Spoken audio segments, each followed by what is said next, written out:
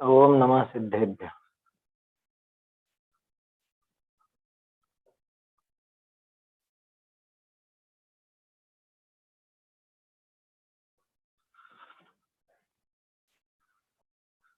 मंगलमय मंगल करण वीतराग विज्ञान, नमो ताहि जाते भये आदि महान। करि मंगल करि हो महाग्रंथ करण को काज, जाते मिले समाज सब पावे निज पद राज।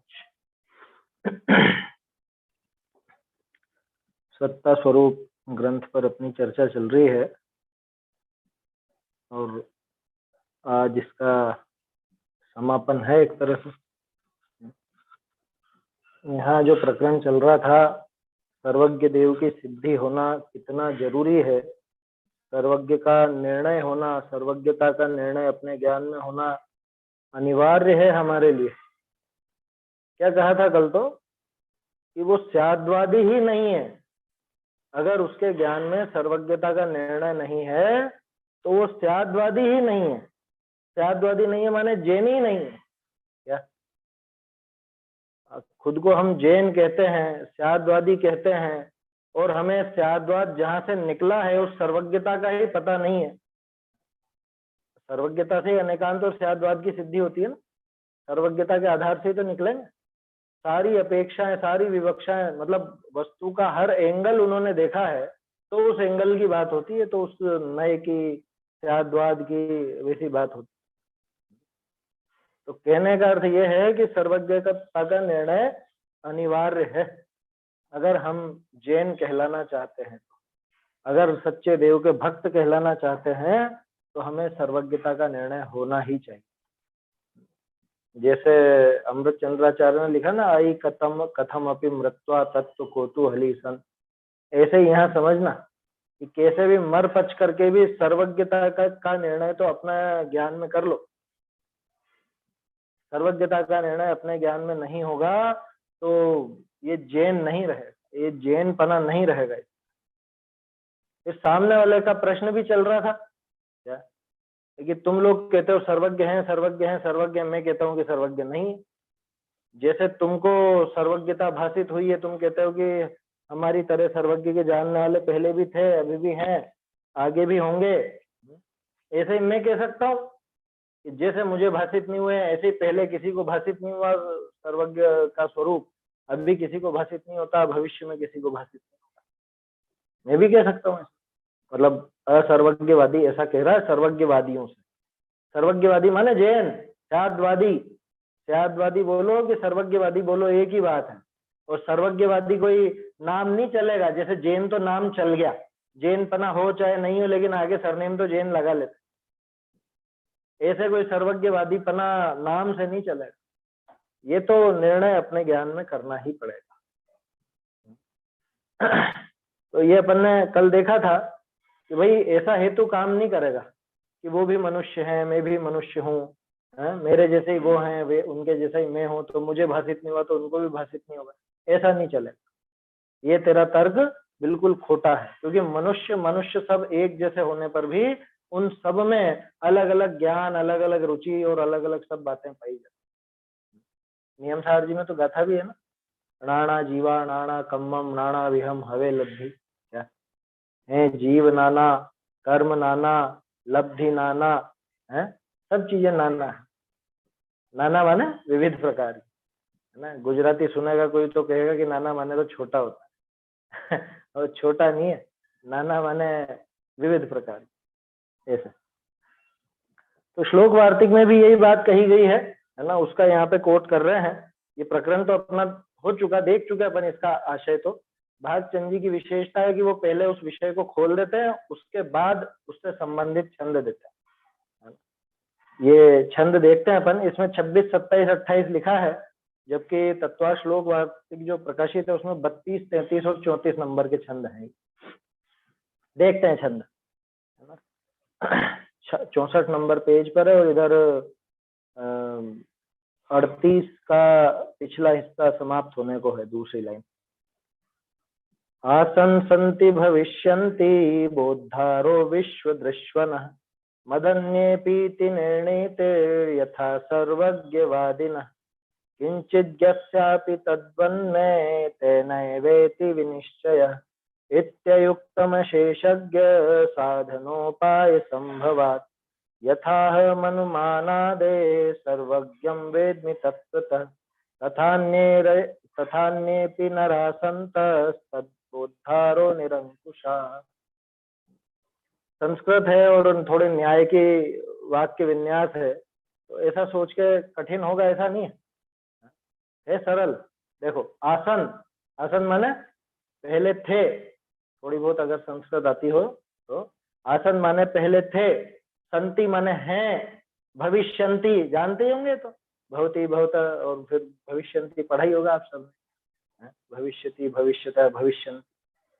तो आसन माने थे, संति माने हैं, भविष्यंति माने होंगे। कौन? बोद्धारो।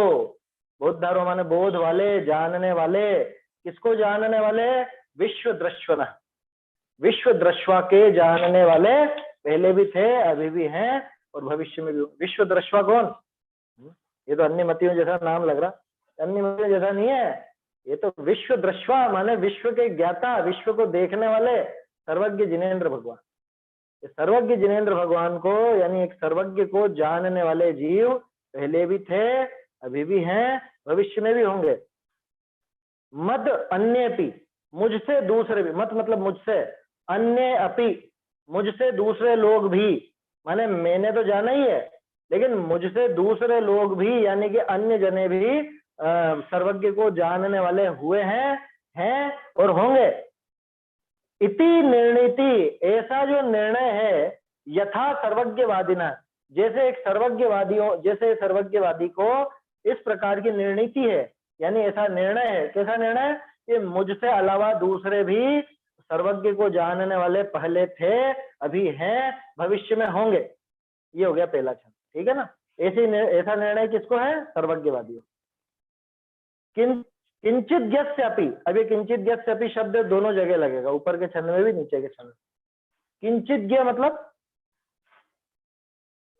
थोड़ा जानने वाला। देखो ज्ञ माने जानने वाला, सर्वज्ञ माने सब कुछ जानने वाला, और किंचित ज्ञ मतलब थोड़ा जानने वाला। कौन? अपन जैसे लोग। तो किंचित ज्ञ माने क्षयोक्षम ज्ञानी, मति श्रुत ज्ञान वाला, वो किंचित ज्ञ कहलाता है।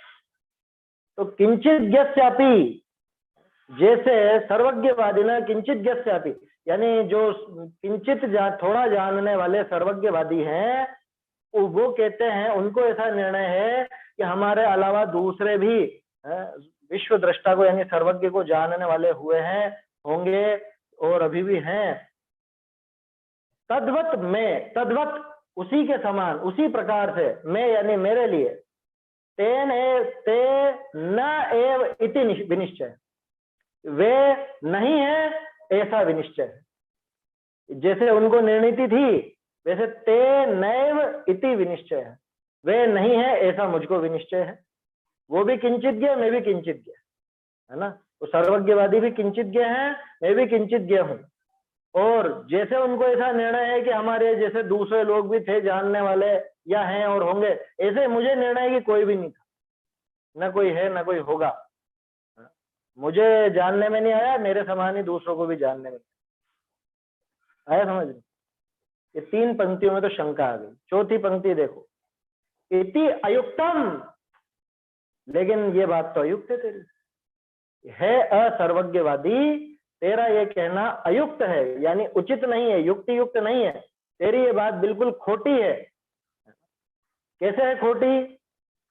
अशेषज्ञ साधनोपाय संभवात। अशेषज्ञ, अशेषज्ञ माने अशेष किसको कहते हैं? बाकी रह गया उसको तो शेष कहते हैं।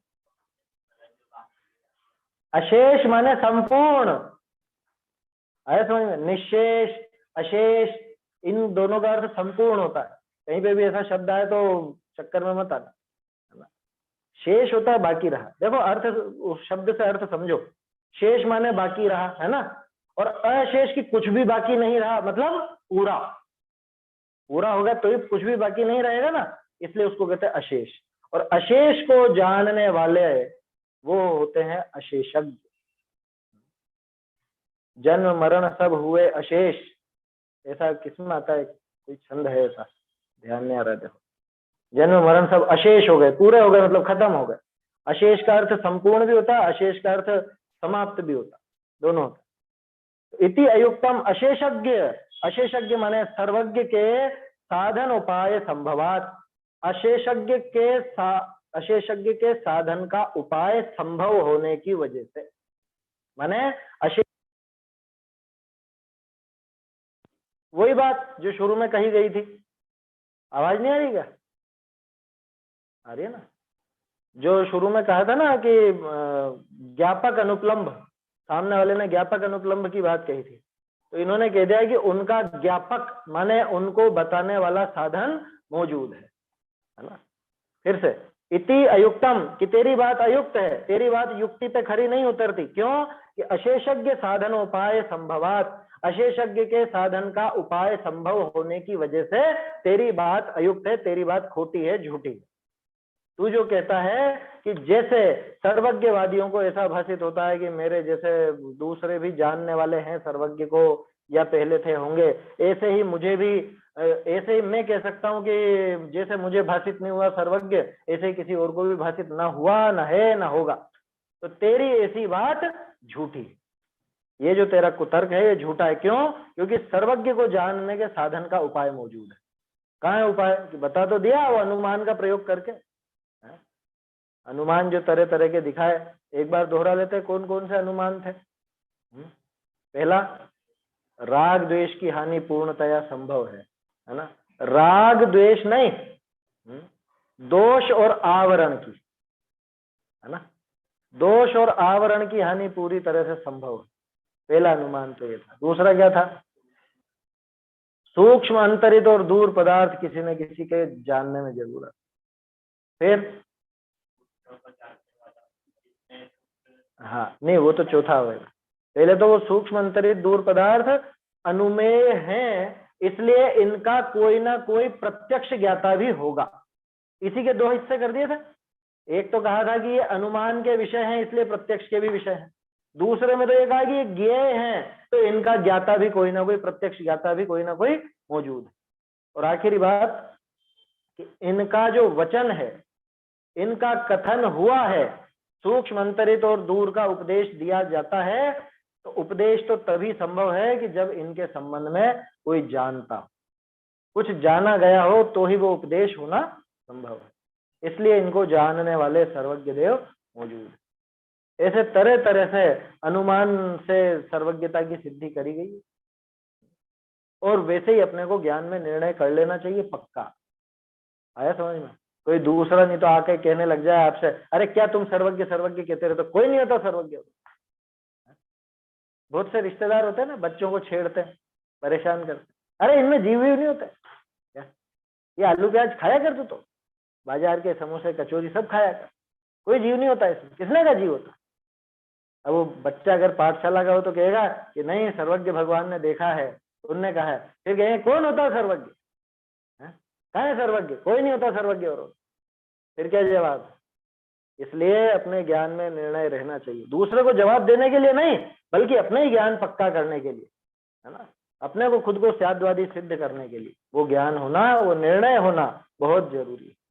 जरूरी नहीं है, अनिवार्य है। देखिए आखिरी 28वां, यथा हम अनुमानादे, अब कोई इसको पढ़े, हनुमान, हनुमान क्या लिखा है? यथा अहम अनुमान आदेश, क्या? यथा अहम, जैसे मैं, अहम माने मैं, जैसे मैं, अनुमान आदे माने अनुमान आदि के द्वारा, सर्वज्ञम वेदमी, सर्वज्ञ को जानता हूं। वेदमी माने जानना, विद धातु जानने के अर्थ में होती है। सर्वज्ञम वेदमी, जैसे मैं सर्वज्ञ को अनुमान आदि के माध्यम से जानता हूं। कैसे? तत्वतः, ऐसे ही नहीं कि लिखा है तो पढ़ लिया और बस हाँ बोल दिया। तत्वतः, वास्तव में जानता हूं, अथवा सर्वज्ञता को बारीकी से जानता हूं, मैंने मेरे ज्ञान में निर्णय किया उसका। तथा अन्येपि नरा संतः, तथा, तथा माने उसी तरह से, यथा तथा, यथा माने जिस प्रकार, तथा माने उस प्रकार, उसी प्रकार अन्य अपि नरा, अन्य भी नर हैं, अन्य भी ऐसे मनुष्य हैं, संत हैं, है ना, अन्य भी नरा संत, अन्य भी ऐसे मनुष्य मौजूद हैं, तद बोधारो, उनके बोधने वाले माने उनको जानने वाले, इति निरंकुशा, इस बात में क्या दिक्कत है, ये बात निरंकुश है। वैसे निरंकुश बोलते हैं स्वच्छंद को, निरंकुश के कई अर्थ होते हैं, अंकुश माने बाधा, है ना, अंकुश बाधा को भी कहा जाता है ना, तो निरंकुश माने निर्बाध, कि ये बात निर्बाध है कि जैसे मैं अनुमान आदि के द्वारा तत्व पूर्वक यानी भली भांति सर्वज्ञ भगवान को जानता हूं, वैसे ही अन्य भी नर होंगे, इसमें क्या बाधा है, क्या समस्या है। ये यहाँ पर 26, ये असल में तो 32, 33, 34 है, तो ये श्लोक वार्तिक ग्रंथ में, तत्वार्थ श्लोक वार्तिक उस ग्रंथ में ये लिया गया। देखिए नीचे अर्थ और अर्थ दे रखे हैं इनके, सरल है। जिस प्रकार स्वयं अल्पज्ञ होने पर भी, ये किंचित आया था ना, किंचित बोलो या अल्पज्ञ बोलो एक ही, जिस प्रकार स्वयं अल्पज्ञ होने पर भी सर्वज्ञवादी के माने जैनों के निर्णय है कि मेरे अतिरिक्त अन्य भी सर्वज्ञ को जानने वाले भूतकाल में हुए हैं, वर्तमान काल में हैं और भविष्य काल में होंगे, उसी प्रकार मुझे भी, ये सामने वाला कह रहा है, उसी प्रकार मुझे भी इसी प्रकार सर्वज्ञ नहीं है, ऐसा त्रिकाल निश्चय हो सकता। अब आचार्य कह रहे हैं ऐसा तेरा कहना अयुक्त, क्योंकि सर्वज्ञ को सिद्ध करने वाले प्रमाण विद्यमान है, उस बात के सबूत मौजूद हैं। आया समझ में? तो जज कह रहा है ये इस बात के तो सबूत है, ये तुम्हारी बात झूठी है, तुम्हारी बात झूठी सिद्ध करने के लिए पर्याप्त सबूत है इसके पास। दूसरे का मतलब 28वें का अर्थ देखो, जिस प्रकार मैं अनुमान आदि से सर्वज्ञ को वास्तविक रूप से जानता हूं, तत्वतः, तत्वतः वेद में आया था, वास्तविक रूप से जानता हूं, उसी प्रकार अन्य मनुष्य भी सर्वज्ञ को जानने वाले हों, उसमें कुछ भी आपत्ति नहीं है, उसमें कोई समस्या नहीं है, कोई बाधा नहीं है, क्या दिक्कत है? अरे मैं जान सकता हूँ तो दूसरा भी जाने, उसमें क्या दिक्कत, कोई मना थोड़ी ना। ये कोई अंग्रेजों का राज थोड़ा चल रहा है कि ये फर्स्ट क्लास के डब्बे में अंग्रेजी बैठेंगे, भारतीय नहीं बैठेंगे, हैं? अंग्रेजों का राज गया अब। आया समझ में? ऐसे ही ज्ञान से इस मिथ्यात्व का राज निकाल दो, क्योंकि मुझे क्या दिक्कत है, दूसरे को क्या समस्या है, जैसे मैं जान सकता हूँ ऐसा दूसरा भी जान सकता, अथवा उल्टा लो कि जैसे दूसरों ने जाना ऐसा मैं भी जान सकता हूँ। अरे जब इन आचार्यों ने जाना तो मैं भी तो जान सकता हूँ। आया समझ में? इस तरह से लेना, समानता लेनी हो तो ऐसी लेना जिसमें ऊपर चढ़ने की बात हो, उल्टा नहीं लेना कि मैं नहीं जान सकता हूँ तो दूसरा भी नहीं जान सके, या दूसरा नहीं जान पा रहा है तो मैं भी नहीं जान पाऊंगा, ऐसा नहीं लेना, है ना। चलिए आगे बढ़ते हैं।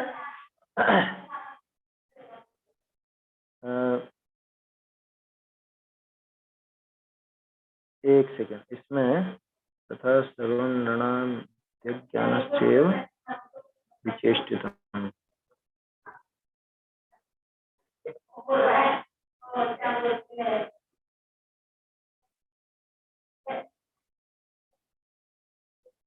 अच्छा देखो, इसके अंदर तो 4 छंद दिए थे, इन्होंने एक छंद छापा ही नहीं है। देखिए, आसन संति भविष्यन्ति बोद्धारो विश्व दर्शना मदन्येति निर्णीते यथा सर्वज्ञवादिनः किंचित यस्यापि तद्वन्मे ते नैवेति विनिश्चितः विनिश्चय इत्युक्तम शेषज्ञ साधनोपाय संभवात्। ठीक है, यथा हम माना दे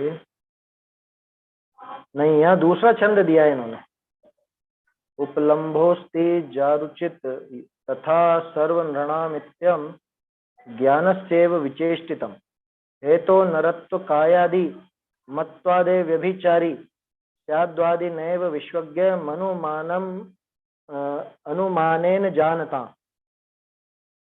ये छंद इन्होंने नहीं दिया इसमें, मतलब 4 छंद इन्होंने दिए हैं और उनमें से ये 2 तो अलग ही हैं। खैर कोई बात नहीं है, वो तो अलग से सुधार होगा, अलग से लिखा जाएगा वो छंद, पहले तो ये छंद ढूंढना पड़ेगा, इसका शुद्ध रूप देखना पड़ेगा। कुल मिला के वो जो पीछे विषय निकला है, बात वही है, नरत्व काय आदि वगैरह की बात आई थी ना, वही बात इन छंदों में भी है। तो वो छंद इन्होंने कोट किए थे, ये पता नहीं क्यों नहीं छापा, या तो जो प्रति इनको मिली उसमें नहीं मिला होगा। चलिए, बहुरी वह कहे है, क्या कहता है वो सामने वाला, जो तुम हमारा हेतु को दोष लगाया, तो तिसको साचा राखने के वास्ते हम ऐसे कहेंगे, जो स्याद्वादी को भी नहीं दिस्या। तो ऐसे कहे तुम्हारा हेतु के सत्यपणा न आवे, जाते स्याद्वादी को सर्वज्ञ न दिस्या, यह पक्ष तुम ग्रहण करी। ये नहीं गए पंक्तियां? अच्छा, ये पैराग्राफ ही नहीं है इसके अंदर, ये इतना बड़ा कैसे लिखेंगे? ये कहाँ पे आया? इत्यादि सर्व जिन्मत की निर्बलता दिखलाई, है ना। चलो मैं पढ़ता हूं, आप तो ये जहां पहली लाइन आने लगे तब मुझे बताना, इत्यादि सर्व जिन्मत की निर्बलता दिखलाई। देखते हैं फिर से। बहुरी वह कहे है, जो तुम हमारा हेतु को दोष लगाया, तो तिसको साचा राखने के वास्ते हम ऐसे कहेंगे, जो स्याद्वादी को भी नहीं दिस्या। सो ऐसे कहे तुम्हारा हेतु के सत्यपणा न आवे, जाते हैं स्याद्वादी को सर्वज्ञ न दिस्या, यह पक्ष तुम ग्रहण करी। सो या पक्ष में तो प्रत्यक्ष अनुमान की बाधा आवे है, जाते हैं सर्वज्ञ को वाद्या के, अच्छा सर्वज्ञ वाद्या के, सर्वज्ञ को जानवा वालो अनुमान स्वसंवेदन प्रमाण पाइए है। इसते उनको तो अपना चित्त विषय स्वार्थ अनुमान रूप स्वसंवेदन करी निश्चय करी, और जे प्रतिवादी हैं इनको वचन विशेष करी उपजा जो परार्थानुमान, इस करी सर्वज्ञ को सद्भाव सिद्धि करिए। ये सर्वज्ञ को सद्भाव सिद्धि करिए, डबल लिखने में आ गया। सर्व पुरुषा के सर्वज्ञ का साधन का अनुभव का शून्यपणा को बाधे है, ताते तुम्हारा हेतु नरत्व का आदिमानपना है, नरत्व काय आदिमानपना है, तो अनेकांतिक दूषण सहित है। ऐसे सर्वज्ञ वाद्या को सर्वज्ञ का जानवा वाला को नहीं है, ऐसे कहना युक्त नहीं है। बहुरी सुनो, ये पूरा ही पैराग्राफ नहीं है ना, इतना लंबा तो लिख भी नहीं पाएंगे कोई। चलिए अभी इस पर चर्चा कर लेंगे अपन। बहुरी सुनो, जो जिस जीव की सांची मूलभूत तत्व कथनी की रकम को और कोई बाधा लगावे, और उससे उसकी कहीं बाधा दूर करी न जाए, और आप उस बाधा को सह करी संतुष्ट ही रहे, चित्त में चमक न उपजे, तो नियम करी जैनी नहीं है। ये भी नहीं आया ना, जैनी नहीं है। जाते हैं अन्य तो प्रतिवादी होए, या की रकम को बाधा लगाई, तब या की रकम तो निर्बल रही, तब यासों कोई प्रकार जवाब न दिया गया, और या को जैनी जाने था, और या ने अज्ञान गर्भित पक्ष करी व मद करी व कपट करी जवाब न दिया, तब या के यह बड़ा पाप उपजा, जो आपके द्वारे जिनमत की निर्बलता दिखाई। तो यह अवस्था जेना भासी, जिनको मत की आमनाय का। अब आ गया। हाँ ये अब यहाँ पर पूरा पहले का पैराग्राफ इत्यादि लिखकर उसको इत्यादि में गर्भित, एक पेज अपने से रह गया है, इत्यादि कहकर गर्भित कर दिया। इसका एक काम करेंगे तो जैसे कि इसको तो अलग से टाइप किया जाए और फिर अलग से चिपकाया जाए कागज साथ। खैर वो तो पहले भी अपन ने नोट करी है, काफी सारी अशुद्धियां हैं, तो वो तो ढंग से ही रीटाइप हो, नए ढंग से पूरा प्रकाशन हो तो बात आ पाएगी। इसीलिए वो छंद भी रह गया, माने ये जो छंद इन्होंने दिया था उस छंद के बाद एक और छंद, और उस छंद के बाद का अर्थ, ये सभी चीजें गायब हो गई, एक पेज ही गायब हो गया एक तरह से। चलिए उसको इत्यादि जो पढ़ा है इस पर चर्चा करते हैं अपन। बहुरी वह कहे है। और वो कहता है, क्या कहता है कि जो तुम हमारा हेतु को दोष लगाए, तुमने हमारे हेतु को दोष लगाया, हमारे हेतु में दोष लगाया, तो तिसको साचा रखने के वास्ते, माने हमारे हेतु को बचाने के लिए, ये अन्यमति कह रहा है ना, अन्यमति कह रहा है कि तुमने हमारे तर्क को झूठा सिद्ध किया, हम हमारे तर्क को बचाने के लिए, उसको सुरक्षित रखने के लिए हम ऐसे कहेंगे कि स्यादवादियों को भी नहीं दिखा है, स्यादवादी झूठ बोल रहे हैं, स्यादवादियों को भी सर्वज्ञ की कोई सिद्धि नहीं हुई है, ये सामने वाला कह रहा है।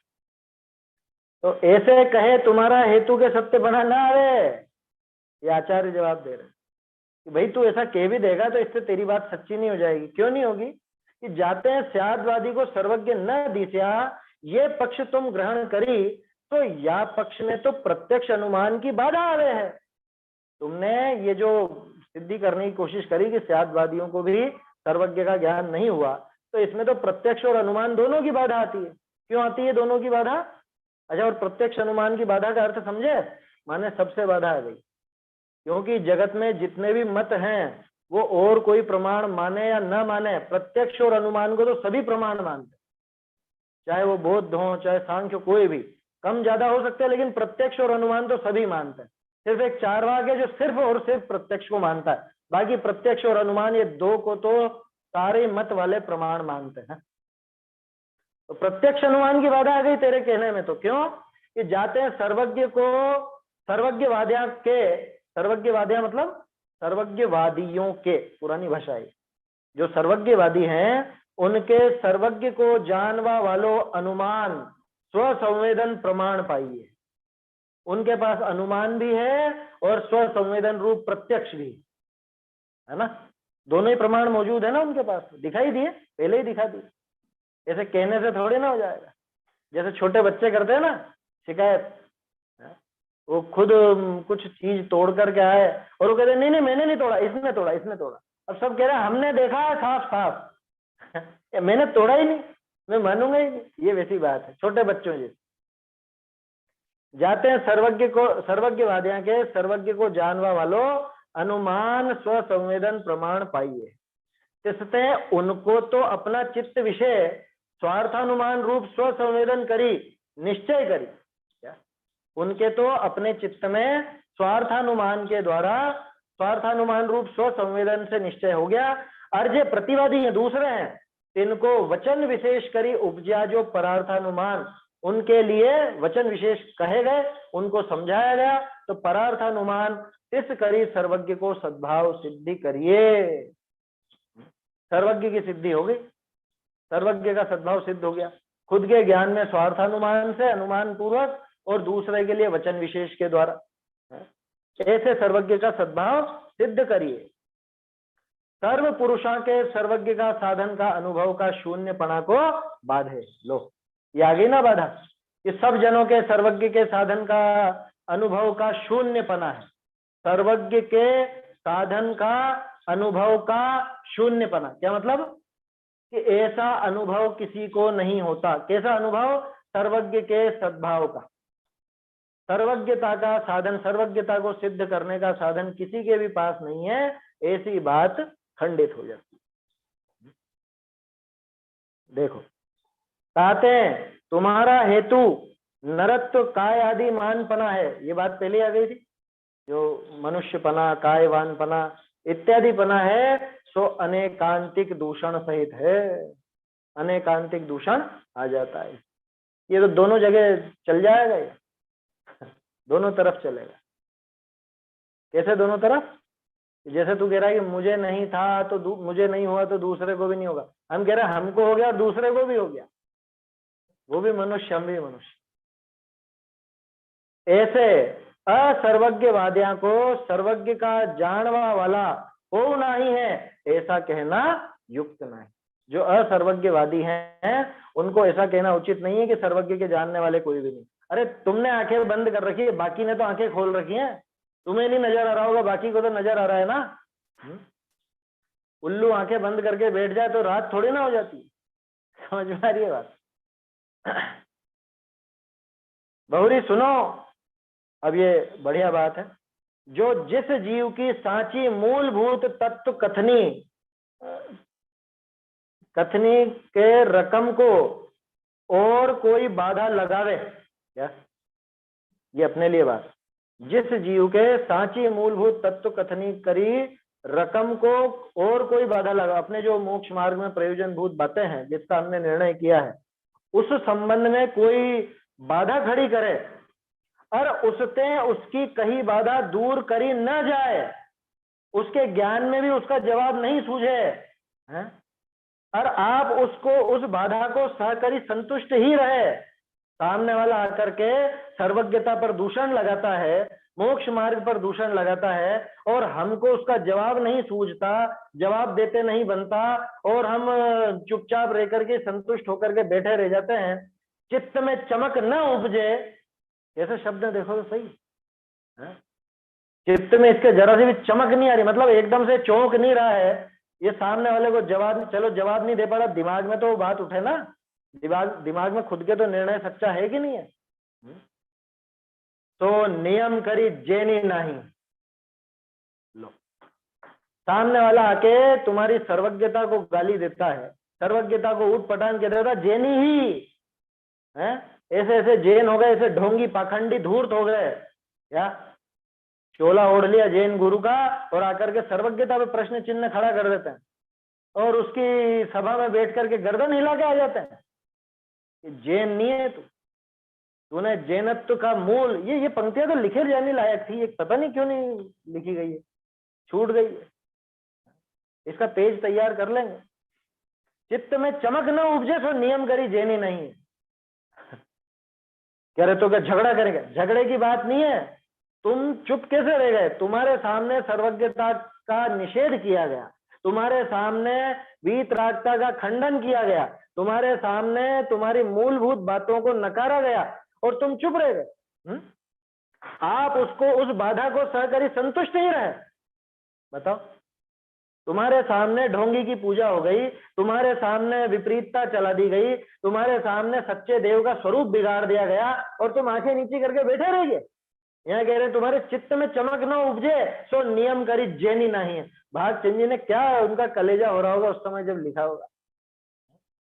जाते हैं, अन्य तो प्रतिवादी होए या की रकम को बाधा लगाई, दूसरे ने तो प्रतिवादी होकर के इसकी रकम को, रकम मतलब समझ गए ना, देखो भागचंद जी ने पहले पेज पर रकम शब्द का प्रयोग किया था और आज भी आखिरी पेज पर यह रकम शब्द का प्रयोग कर, मूलभूत रकम, मोक्ष मार्ग में प्रयोजन भूत वस्तुएं, वो उसमें आकर के बाधा खड़ी करता है। तब या की रकम तो निर्बल रही, तो इसकी रकम तो निर्बल रह गई। तब या तो कोई प्रकार जवाब न दिया गया, कोई जवाब नहीं दिया, चुपचाप बैठ गया। अरे इतने लोगों के बीच में बोलना अच्छा नहीं लगता, जवाब देते तो अच्छा नहीं लगता। अच्छा और बुरा क्या है यहाँ पे? तेरा कौन सा प्रयोजन साधना है तुझे उससे, जो तुझे जवाब नहीं दिया गया, जो या उसका विरोध नहीं किया गया? जिन प्रतिमा यथावत स्वरूप में आया था ना कि तेरे पिताजी का अपमान होगा, तुम वहां पे खड़े रहोगे क्या?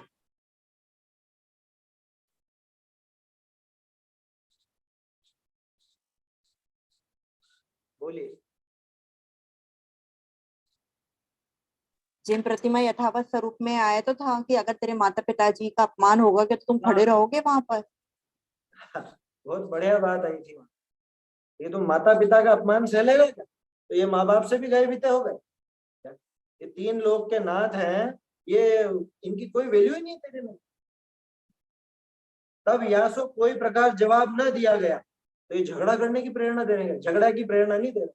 ये बता रहे हैं कि भाई अपने जो मूलभूत सिद्धांत हैं उनको कैसे आप उनकी हीनता बर्दाश्त कर लोगे? कोई आकर के और कुछ भी कह जाएगा उसको। जवाब न दिया गया। और या को जैनी जाने था, दूसरा व्यक्ति तो इसको जैनी जानता था, ये जैन है, ये जैन धर्म के सिद्धांतों को मानता। और याने अज्ञान गर्भित पक्ष करी व मद करी व कपट करी, जवाब न दिया।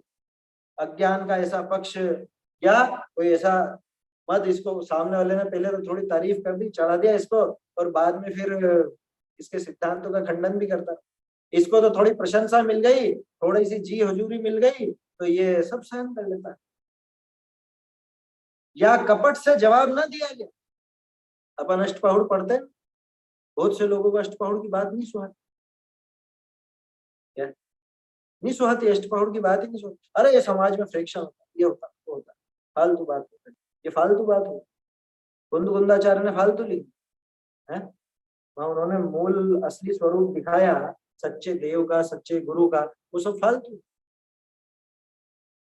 कपट करी, जवाब ना दिया इसने, तो ये तो चुप रह गया, लाज गारव और भयवश चुप रह गया। तब याके ये बड़ा पाप उपजा। कौन सा बड़ा पाप? जो आपके द्वारे जिनमत की निर्बलता दिखाई, ये यहाँ से थी, ये यहाँ से छपा इत्यादि सर्व जिनमत की निर्बलता दिखाई, ये यहाँ थी बात। इसने जिनमत को निर्बल करा, किसने? जैनी ने। जैनी के सामने उसकी मूलभूत बातों का निषेध किया गया, उसका विपरीत कहा गया, और ये चुपचाप बैठा रहा, इसने जवाब नहीं दिया किसी कपट के वश या किसी मद के वश, या कोई अरे अरे अपने रिश्तेदार हैं मत बोलो मत बोलो है दूसरे की। भाई देखो सीधी सी बात है, सच्चे देवशास्त्र गुरु सात तत्व, ये जो अपने मूलभूत चीजें हैं, इनके सामने तो कोई भी हो स्वीकार नहीं, किसी की नहीं चलने। समझ में, चाहे नाना हो, चाहे बाबा हो, पापा हो, कोई हो, पति पत्नी क्यों ना हो, इस चीज में स्वीकार नहीं। अरे श्रेणिक और चेलना है, श्रेणिक पहले विरुद्ध था और चेलना का विरोधी था, तो चेलना ने बौद्ध धर्म स्वीकार कर नहीं था, वो श्रेणिक जो फालतू की बात करता था, अरे तेरे गुरु तो ऐसे हैं और वैसा है, तो उसने क्या अभी बताती, तो फिर उसके गुरुओं की सब कहानी आप पढ़ ले, ज्यादा डिटेल तो क्या बताऊं, चप्पलों की सब्जी खिला दी थी फिर आया समझ। खैर झगड़े करने की बात नहीं है, लेकिन सर्वज्ञता का निर्णय अगर खुद को होता तो सर्वज्ञता को सिद्ध कर ले, वो जैनी पने की, जैनत्व की लाज रख ले। इसने खुद ने जैन पने को निर्बल किया, या के ये बड़ा पाप उपजा जो आपके द्वारे जिनमत की निर्बलता दिखाई, खुद ने जिनमत की निर्बलता दिखाई। सो ये अवस्था जैना भाषी, जिनको मत की आमनाय का व वस्तुनि के स्वरूप का व आपा पर का व कल्याण का ज्ञान तो न भया हुए, और कुलादि व पंचायती आदि का आश्रय करी पूजा तप त्याग आदि रूप प्रवर्त है, और जैनी का वह कहावे है तिनके ही है। बोलो ऐसी प्रवृत्ति तो ऐसे खोटे जीव, अरे कितने स्वाध्याय इस तरह के हो जाते, उनको कोई विचार नहीं, कोई निर्णय नहीं, कुल प्रवृत्ति से चले आ रहे हैं, या पंचायत के आश्रय से, पंचायत है ना, हमारा मंदिर है, हमारी गोट का मंदिर है, हमारे समाज का मंदिर, या परिवारजनों के, ये हमारा रिश्तेदार है, ये ऐसा है और ये वैसा है। वो रिश्तेदार सारे के सारे उस गाड़ी में बैठ रहे हैं, सारे के सारे रिश्तेदार बैठ गए उस बस में, जो बस अभी जाकर के खाई में गिरने वाली है, और आपको पता है क्या करना है? दूसरी बात, हमारा तो अर्जेंट केस है, आज तो केस की पेशी की तारीख है, आज तो वहां जाना जरूरी। वो कह रहा रिश्तेदार बहुत बैठ रहा, अरे आओ, तुम्हारा भी सम्मान करेंगे, तुमको भी यहाँ पे बहुत अच्छी सीट दिलाएंगे, आओ बैठो, क्या करना है?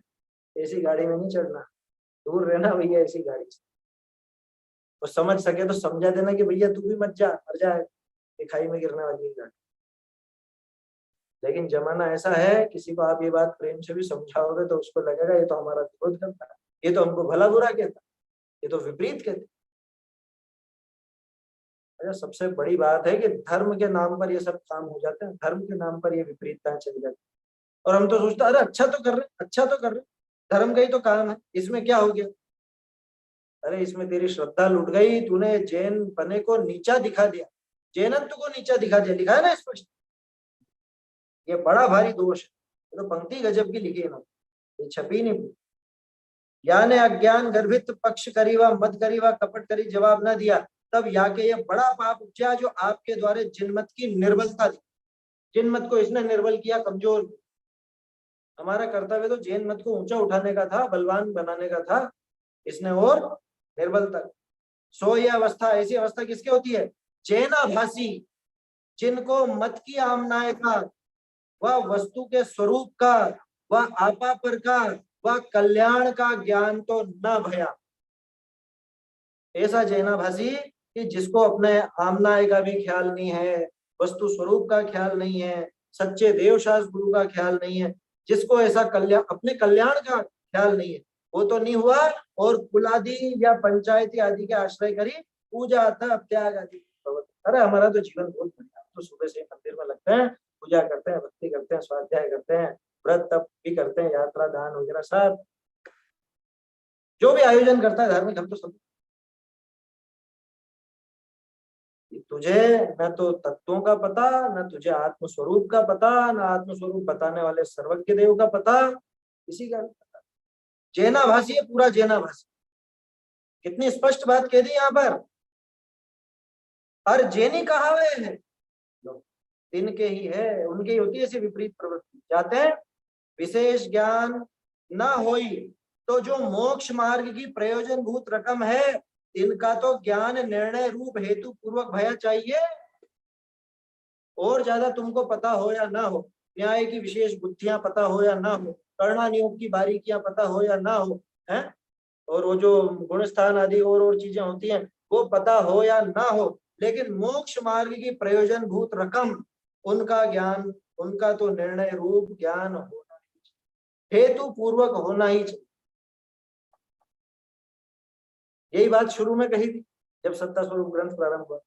और चीजें हो कि नहीं हो, दुनिया भर में मूर्ख कहलाता, अरे इसमें ही स्वाध्याय की सभा में और चीजों में मूर्ख हो, लेकिन अपनी जो प्रयोजन भूत रकम है, मूलभूत बातें हैं, जो टोडरमल जी ने 5 बातों में समेट दी।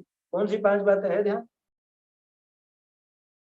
बोलिए, किसको ध्यान हो तो बोलिए। प्रयोजन भूत मोक्ष मार्ग का, देवगुरु धर्मादिक का, जीवादि तत्वों का, निज पर का, और अपने के लिए जो हितकारी और अपने भावों का हितकारी और विचार, अहितकारी, भावों का विचार। देवशास्त्र गुरु 7 तत्व है, आपा पर और रत्नत्रय, और अपने को जो हितकारी और अहितकारी, ये इन 5 चीजों का, ये मोक्ष मार्ग में मूलभूत रकम है।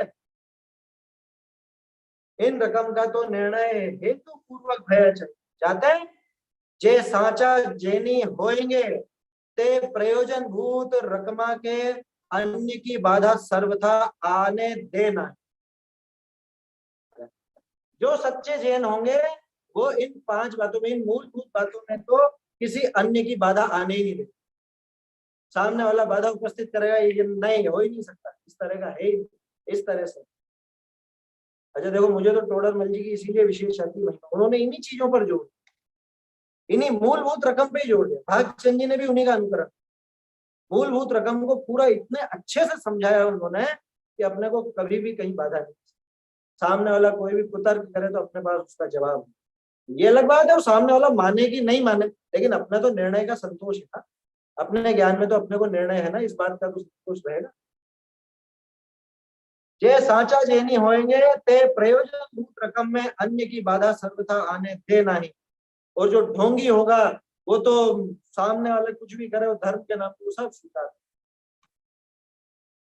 और पर बाधा दे, और आपके तलाकपना न आवे। तलाकपना, तलाकपना का मतलब अलग होने का भाव। ऐसे व्यक्ति से अलग ही रहना भैया, ऐसे व्यक्ति से दूर रहो। लिखा ना, छोड़ देने का भाव। अपने आपके तलकपना न आवे और आप सबका चित्त रंजायमान करने के अर्थ मंद कषाई शीतल हुआ ही रहा है। बोलो, ये नहीं है? अधिकांश लोगों की स्थिति ये नहीं है? दूसरों का चित्त रंजायमान करने, अरे उनको अच्छा नहीं लगेगा, उनके भी कार्यक्रम में चल चलो, उनको अच्छा नहीं लगेगा, उनको भी मना लो, अपने रिश्तेदार हैं, अपने दूर के वो हैं, अपने वो हैं, पता नहीं क्या क्या है। देखो वो भी अपने कार्यक्रम में आए थे, अपन भी उनके में चलो। अरे भाई, वहां पे सच्चे देवशास्त्र गुरु का ठिकाना है कि नहीं है? निर्णय है कि नहीं? वहां सच्चे देव का स्वरूप है कि नहीं? सच्चे गुरु वहां पे पूजे जा रहे हैं कि गुरुओं की पूजा हो रही है? क्या हो रहा है? गजब। ये आखिर में तो कमाल कर दिया भागचंद। क्या कहा? आप सबका चित्त रंजायमान करने के अर्थ मंद कषाई शीतल हुआ ही रहे। कब? कि जब पर बाधा दे और इसके तलाकपना नहीं आता और दूसरे का चित्त रंजायमान करना चाहता है, शीतल होकर के बैठा रहे। शीतल माने इसके अंदर भवक नहीं होती, इसके अंदर से वो आया था चमक, इसके चित्त में चमक पैदा नहीं, ऐसा शीतल होकर, अरे बहुत मंद कषाई, बहुत मंद कषाई, बोलते ही नहीं है, कोई कुछ भी आके बोल जाए, ऐसा नहीं होता। तो क्या तीव्र कषाई हो? अरे तीव्र कषाई की बात नहीं है। तीव्र कषाई किसको कहते हैं और मंद कषाई किसको कहते हैं, पहले ये भी समझ लेना। समझ में आ रही है बात? कोई गलत भी आकर के कह दे और ये शांत बैठा रहे, ये मंद कषाय हो गया। और कोई गलत आके बोल रहा है, सर्वज्ञता के विरुद्ध बोल रहा है और ये सर्वज्ञता की सिद्धि करने के लिए थोड़ा सा उखड़ के भी बोले, तेज भी बोले, तो ये तीव्र कषाय हो गया। समंतभद्राचार्य तीव्र कषाय थे, हैं? समंतभद्र स्वामी ने जो घूम घूम करके सबका खंडन किया, वो तीव्र कषाय थे। क्या है तीव्र कषाय, मंद कषाय की परिभाषा? इसको ये जो लौकिक वांछाएं चाहिए रहती हैं, उनके पीछे ये मंद कषाय बना फिरता है, ये तीव्र कषाय। समझ में आ रही है बात? और यहाँ देवशास्त्र गुरु के या अपने जो मूलभूत रकम है, उनकी सुरक्षा के लिए, उनको बल देने के लिए अगर ये थोड़ा सा उद्धत भी होता है, वो मंद कषाय बना है। क्यों? क्योंकि कोई लौकिक प्रयोजन नहीं साध रहा, कोई मान बढ़ाई का, कोई रुपए पैसे का प्रयोजन नहीं साध रहा। समझ में आ रही बात? वो प्रयोजन भूत बातें थी जिनके संबंध में इसने विपरीतता करी, तब जाके उसको ये थोड़ा सा उफानी आती। पर बाधा दे, और आपके तलाक बना ना आवे, और आप सबका चित्त रंजायमान करने के अर्थ मंद कषाय शीतल हुआ ही रहे, और वचना लाभ करी वाकी कही बाधा को खंडन न करे है, ते जैनाभासी महामिथ्या दृष्टि। भागचंद जी क्या लिख रहे हैं? महा नहीं आया क्या? महा जोड़ लीजिए, ये तो जोड़ो कम से कम, वो पूरा पेज छूटा। जैनाभासी महामिथ्या दृष्टि लिखा, महा, ये हल्का फुल्का नहीं है ये। क्यों? क्योंकि इसको तो सच्चा तत्व मिल गया था ना, और सच्चे तत्व पर लांछन लगाया जा रहा है, और ये चुपचाप बैठा है घुन्ने की तरह, एकदम शांत होकर के, और संतोष। कैसी विपरीत? करुणा से क्रोधित हो रहे हैं। हाँ, ये करुणा का क्रोध है वास्तव। तो ये क्रोध नहीं है, ये प्रेम है, ये वात्सल्य है, ये स्थितिकरण आया समझ? अब लोगों को चक्कर क्या हो, स्थितिकरण तो पता नहीं किसको समझ। तो माँ बाप अपने बच्चे को फटकारे, डांटे, पिटाई भी कर दें, तो क्रोधवश या प्रेमवश? तो प्रेम है उनका, वो बिगड़ने नहीं देना चाहते। हर वचना लाभ करी वाकी कही बात का खंडन न करे, ते जैना भाषी महामिथ्या दृष्टि ही है। जाते हैं जैनी होसी सो अपने कर्णनी विषय जिन मत की बाधा का वचन कैसे सहे। देखो भागचंद जी का ये पहलू तो नजर ही नहीं आया गलत, कैसे सहन करे बताओ? जैन मत की बाधा का वचन, कि जैन मत के सिद्धांतों में बाधा खड़ी की जा रही है, वो कैसे सह लेगा? जैनी होगा तो तत्काल उसके दिमाग में उसके तर्क युक्ति अनुमान सब चीजें चले। सामने वाले से अगर कहने का मौका होगा तो जरूर कहेगा और अपनी बात सही से। सो ही श्लोक वार्तिक जी में कहा है, क्या कहा है? प्रतीति विलोपो ही स्याद्वादी भेड़ न क्षमम स्वरूप। या का अर्थ, जो स्याद्वादी है इन करी अपनी प्रतीति, जो श्रद्धा, इसमें इतना छूट गया है, प्रतीति अर्थात श्रद्धा, उसका विलोप अर्थात अन्योक्ति में सदूषणपना नहीं सहा जाता, क्योंकि दूषण सहित सदोष श्रद्धान होने के पश्चात निर्दोष दूषण रहित श्रद्धान का आश्रय नहीं। वो अपनी मूलभूत बातों में दोष कभी सहन नहीं करते, उसमें दूषण सहन नहीं करते। क्यों? क्योंकि अगर उसमें दूषण सहन कर लिया तो इसको उसकी निर्दोष श्रद्धा कैसे हो? प्रतीति विलोपो ही स्याद्वादी भी न क्षमम। स्याद्वादी जो जीव है, स्याद्वादी अपनी प्रतीति का विलोप सहन नहीं कर सकता। स्याद्वादी माने जैनी, तो जो मूलभूत रकम है मोक्ष मार्ग की, तो मोक्ष मार्ग की मूलभूत रकम में स्याद्वादी जीव को कभी भी प्रतीति का विलोप सहन नहीं, प्रतीति के विरुद्ध बात सहन नहीं होगी। आया समझ में? सच्चे देव शास्त्र गुरु रत्नत्रय मोक्ष मार्ग है, अपने हितकारी भाव सात तत्व, इन सब बातों का जो विपरीत कथन होता है, वो विपरीत कथन बिल्कुल भी सहन नहीं करे। ऐसा है, प्रतीति विलोप को सहन नहीं कर सकता शायद। ऐसा ये आखिर में भागचंद जी ने तो गजब की प्रेरणा और एक अलग ही उत्साह से भर दिया है। वो एक पेज तो पता नहीं क्यों छपने से रह गया, नहीं तो बहुत गजब का ही बनता, उसका वाक्य भी अधूरा रहता। इति सर्वज्ञ सत्ता स्वपूर्णम, इति सत्ता स्वरूप संवत 1908 माघ वदी 8 बुधवार माघ मधी अष्टमी बुधवार को। अभी क्या पता प्रतिलिपि की तारीख है या मूल ग्रंथ की ही तारीख, क्योंकि मूल ग्रंथ भी लगभग उसी समय लिखा गया था। अपन ने पहले परिचय देखा था संवत 1908, आज से 170 साल, कम से कम 170 साल तो हो ही गए। नहीं, चीतरमल जी काला जी से है ना पहले ही रचित है। हाँ? उनकी 153 साल है ना चीतरमल जी, पंडित श्री हाँ। चीतरमल जी काला जी का, तो उनसे हाँ। पहले का है ये, यानी 70 उनसे भी पहले का है। जो अपन ने जिन प्रतिमा यथावत स्वरूप देखा उस ग्रंथ से भी पुराना ग्रंथ है सत्ता। भागचंद जी तो नामी विद्वान थे, प्रामाणिक विद्वान है। तो ऐसा ये सत्ता स्वरूप, इसके अंदर अपना आत्म स्वरूप और सर्वज्ञ भगवान का स्वरूप दोनों बहुत ढंग से यहाँ भागचंद जी साहब ने बताया है। और ये ग्रंथ का अभ्यास अपना पूरा हुआ। ये ग्रंथ भी बहुत समय से प्रचलन में ही नहीं था एक तरह से, इस वजह से भाव आया था कि इसको लें। तो मोक्षमा प्रकाशक जैसे ही इसमें आपको देखने को मिला होगा। और जो मैंने आपसे कहा था, ये उत्तरार्ध जब आप पढ़ लेंगे तो ऐसा लगेगा कि हाँ, न्याय ग्रंथों का काफी कुछ अभ्यास तो इसमें होगा। तो वो सब हुआ होगा। समय भी अपना हो गया। कोई अगर आप सत्ता स्वरूप के संबंध में कुछ कहना चाहें तो कह सकते हैं। इसमें दो जगह दो शब्द आएंगे और हाँ, सौ पर के कल्याण का ज्ञान लिखा है तीसरी लाइन में, छंद के बाद सौ पर के वह कल्याण क्या ज्ञान, वह शब्द छूट गया है। स्व पर का सही है, एवं आ जाएगा, एवं जोड़ लीजिए उसके साथ, एवं या वह जो भी आप समझे। और लास्ट पेज में दूसरी लाइन में बाधा देखकर अपने को तलाक पना, उसके पहले पर बाधा पना देख, पर सब छूट गया है।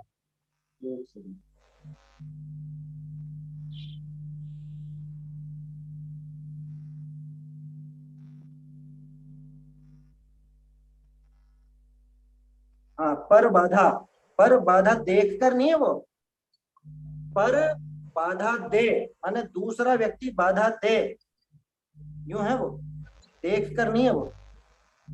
दे और अपने ऐसा बनेगा ये। तो बाधा के पहले तो पर लिख लीजिए और ये देख कर के स्थान पर आएगा पर बाधा दे और दे और, ऐसा लिखिए। एक कर नहीं था वो, दे और था। पर यानी दूसरा व्यक्ति ना, अन्य जीव बाधा दे और अपने को तलाक पना नहीं आता। सुधार तो काफी है, काफी संशोधन। इससे पहले क्या बताया था?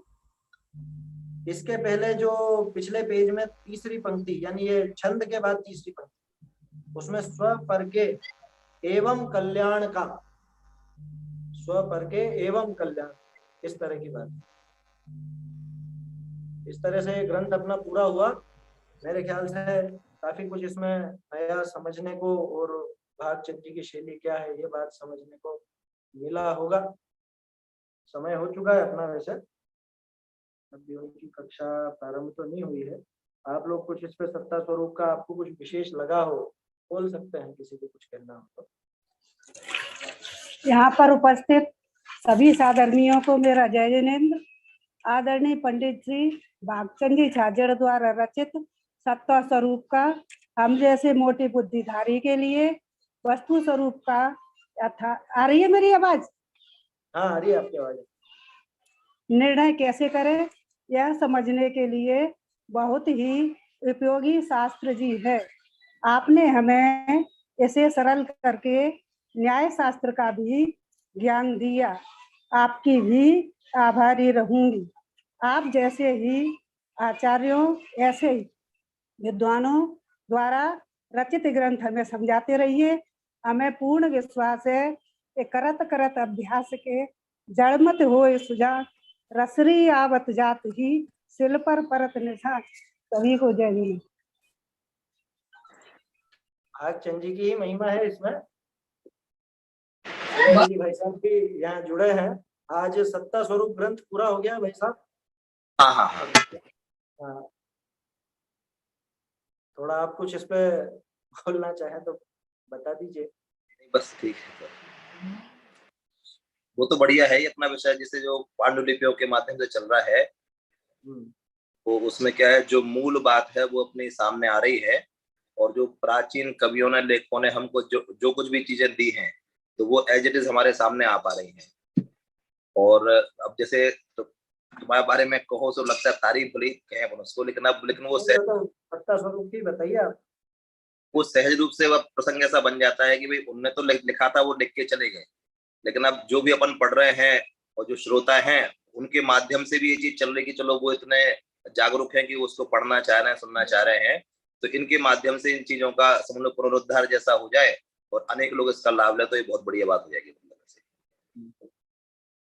इसमें जो हमने देखा सत्ता स्वरूप शुरू से अभी आखिर तक काफी कुछ सुधार की गुंजाइश है, और नए सिरे से ही संपादन होकर के और नए ढंग से ये प्रकाशित हो तो बहुत अच्छा रहेगा, तभी जाके सबको बहुत उपयोगी हो पाएगा। आज ही आखिर में बहुत बढ़िया एक पूरा पेज गायब हो गया, पूरा पेज छूटा हुआ है प्रकाशित।